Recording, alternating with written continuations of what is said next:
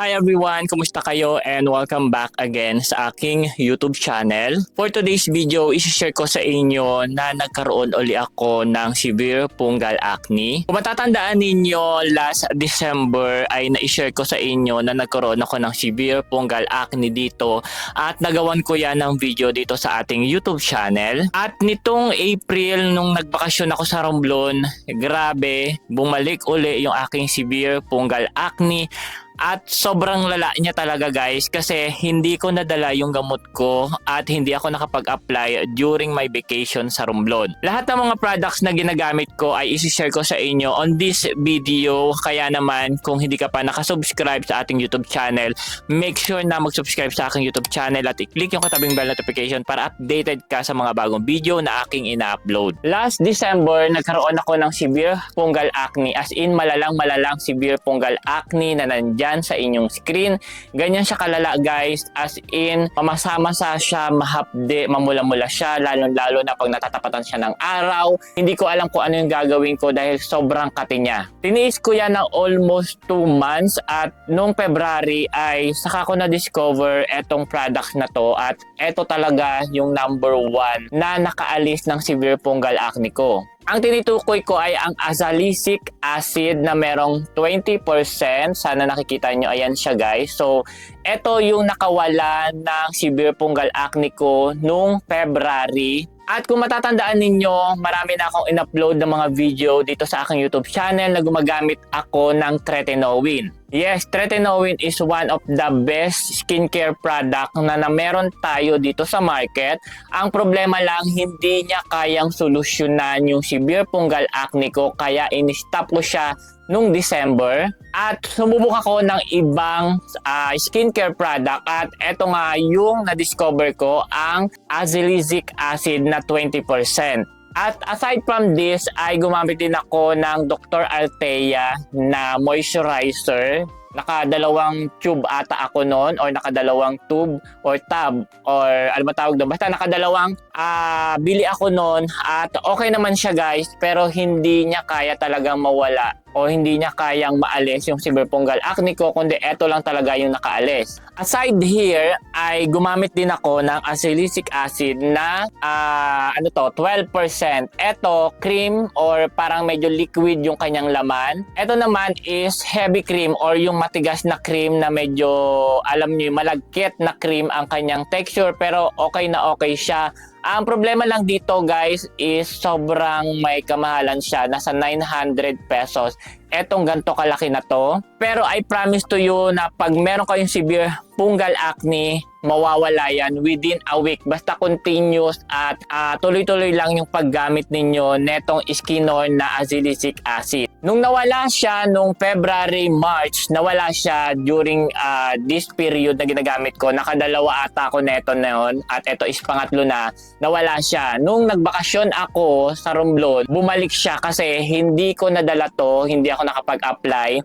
At iba kasi yung tubig dagat, as in na-irritate to at ganyan yung nangyari sa akin during that time na pagbalik ko galing Romblon. Nandito na ako niyan, tinave ko na siya, inahit ko na yung aking jawline at ganyan yung resulta at naging itsura ng aking mukha.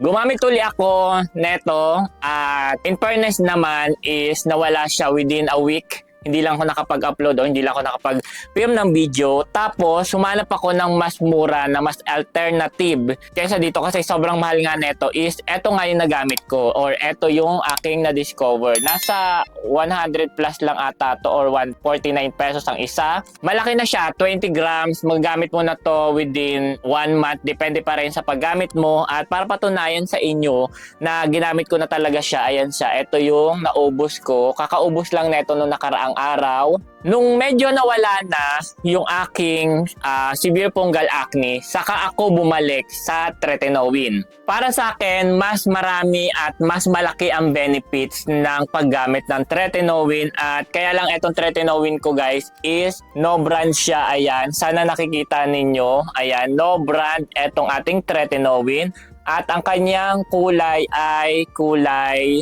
yellow. Ayan, yellow ba? Dilaw yung kanyang kulay. No brand etong tretinoin at kadalasan naman talaga sa mga tretinoin ay walang brand. Pero 100% na effective at maganda itong tretinoin na to dahil ito talaga yung ginagamit ko. Maraming taon na yung nakakalipas, siguro mga 2 years na ito lang talaga yung tretinoin na ginagamit ko. At mamaya ilalapit ko yung camera para ipakita sa inyo yung kondisyon ng aking mukha. And then aside dito sa mga skincare product na ginagamit ko, guys, importante na gumamit kayo ng sunscreen sa umaga dahil sobrang tindi ng init ngayon. Kahit sabihin na natin na tag-ulan, iba pa rin yung init, iba pa rin yung dating ng init ngayon sa atin. At aside doon sa mga ginagamit ko ay ito yung ginagamit ko na facial wash. Ito yung Crocs or Crocs X ba yan? Ayan, basta ito yung facial wash na ginagamit ko, guys. Sobrang ganda nito. Ito is bago pa. Kasi pag ako nabili nito, laging dalawa ng dalawa kasi naka-bundle sale siya sa TikTok. Ayan, kung gusto nyo umorder neto, available siya sa ating TikTok shop. Ito lang yung ginagamit ko na facial wash. Ayan, sobrang mura lang neto. Nasa 200 plus lang to at meron ka ng 150 ml at kaya netong tumagal ng up to 2 months. Again, depende pa rin kung gaano kayo karami maglagay at gaano kayo madalas maghilamos. Kasi ako, twice a day ako naghihilamos, sa umaga at sa gabi pagka maliligo. At yung sunscreen na ginagamit ko ay Skin from Skin 1004. Tapos meron din akong Round Lab na sunscreen. On the next video ay isi-share ko yan sa inyo. Pero ngayon, bago tayo magtapos sa ating video for today ay lalapit tayo sa ating camera. Okay? Para ipakita ko sa inyo yung kondisyon ng aking mukha. Ayan siya, guys. Lapit ko lang kasi masyadong malayo yung camera natin. Ayan, yung aking mukha. Kung mapapansin nyo dyan, meron pa siyang mga redness dito. Ayan o. Yan yung mga pinagtubuan ng tagyawa. Tapos ito dito, meron din. At yeah, ayan lang yung aking mukha, guys. So kung mapapansin niyo, para siyang banat na banat. Kasi yun yung effect netong tretinoin. Ito na yung madalas kong ginagamit, guys, ang tretinoin.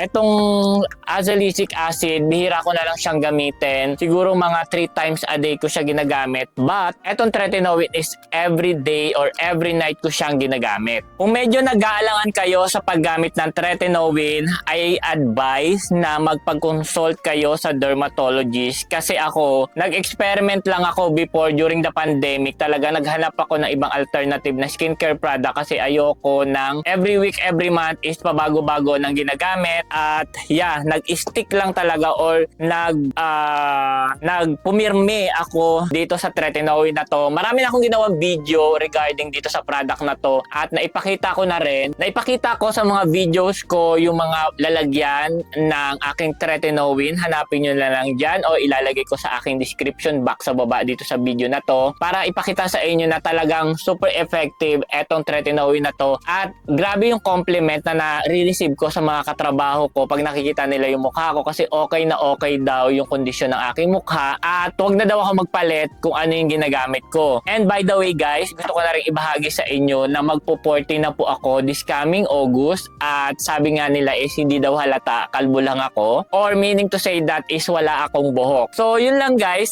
gusto ko lang kayong i-update sa aking mukha, sa kondisyon ng aking mukha is ganyan lang talaga siya, as in pabalik-balik lang, hindi talaga may iwasan na bumalik yung severe fungal acne ko, kaya hindi ako nagpapakawala netong products na to na kailangan is meron ako neto kahit isang tube lang o isang ganito lang siya. Yun lang talaga, sobrang mahal niya, nasa 950 or 960 pesos ang isa nito, kaya tipid na tipid ako. At in fairness naman dito sa product na to is kaya niyang tumagal up to 3 months. Again, depende pa rin kung gaano karami kayo mag-apply ng product na to. Ako kasi unti-unti lang yung ginagamit ko neto or nilalagay ko lang dito kung saan lang siya affected area or kung saan lang siya meron. So yun lang yung aking video for today. Maraming salamat at sana ay may naintindihan kayo. Kaya naman kung meron pa kayong mga ibang katanungan regarding sa aking severe fungal acne ay mag-comment lang kayo dyan sa baba. At yeah, magkita-kita na lang tayo sa ating mga susunod na vlog. Again, maraming